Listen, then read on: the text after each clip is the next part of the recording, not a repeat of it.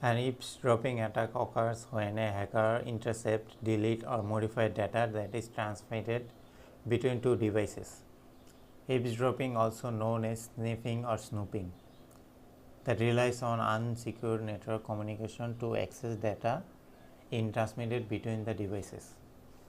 To further explain the definition of an attack with eavesdropping, it typically occurs when a user connects to a network in which traffic is not secured or encrypted and sends sensitive business data to the colleague. The data is transmitted across an open network, which gives an attacker the opportunity to exploit a vulnerability and intercept it via the variable method. Eavesdropping attacks can also or often be difficult to spot. Unlike other forms of cyber attack, the presence of a bug or listening device may not be adversely affect the performance of a device and network. Technical eavesdropping on a traditional telephone line was known as wiretapping. Since then, method of eavesdropping has become even more advanced. In tandem with development in technology, hackers have had the chance to cultivate new methods and channels for eavesdropping on digital conversation. Protocol analyzers can also use to record IP-based communication and can convert data into easily accessible audio files. Data sniffing is another common type of electronic eavesdropping. This method is mostly used to target business using local network as well all communication within the network that are sent to the network ports. Hackers can tap into the system and intercept incoming data. Similarly, wireless networking can be easily manipulated if unsecure information reaches the network ports. Arguably, the most common form of eavesdropping is conduct using a device speaker using function or microphone. These types of eavesdropping attack most commonly occurs via a user's laptop, as the microphone can be activated discreetly and remote by a third party. In summary, we can say that these types of false fraudulent Wi-Fi network are created solely on the purpose of carrying out attacks. We will find them in busy areas where users will have need to be connected. Like public areas, we can name for example public areas as libraries, parks, universities, colleges.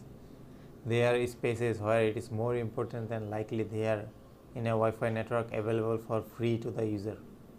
If an attacker goes into a library and creates a Wi-Fi network with the name of Wi-Fi library, the victim might not suspect that it is really a scam. Therefore, they play with this option to create a fake Wi-Fi network without raising suspicious. In addition, in this attack of places, they have more option that they are users who end up connecting to this and able to achieve their goal. Stations and airports. In this, we find ourselves before busy places by people. In addition to many places, an airport, for example, is a perfect place to create a fake Wi-Fi network and steal information. A Wi-Fi eavesdropping attack can be successful since it is more than likely that there are offline users on the mobile, like foreign tourists or people who are going to spend many hours on and want to work on their computer. These networks take advantage of these types of sites with a lot of traffic on people and where users may also need to connect to the network. Especially, it can happen that there are people who spend hours and even take the opportunity to buy the ticket or anything. Malls. Similar to the above the malls, there are malls. So there are spaces where there can be many people in the same places of time.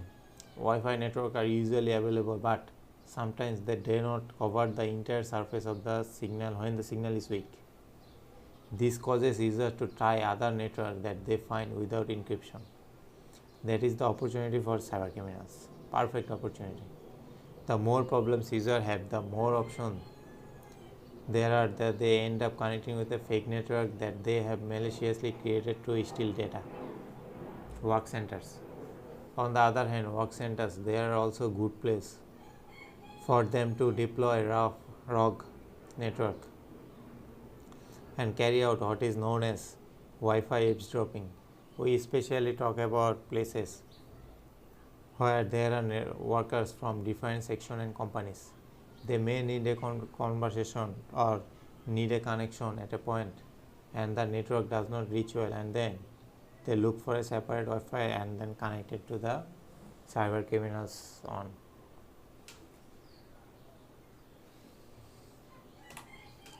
This eavesdropping scenario demonstrates how a worker eavesdrops the communication between two wireless nodes.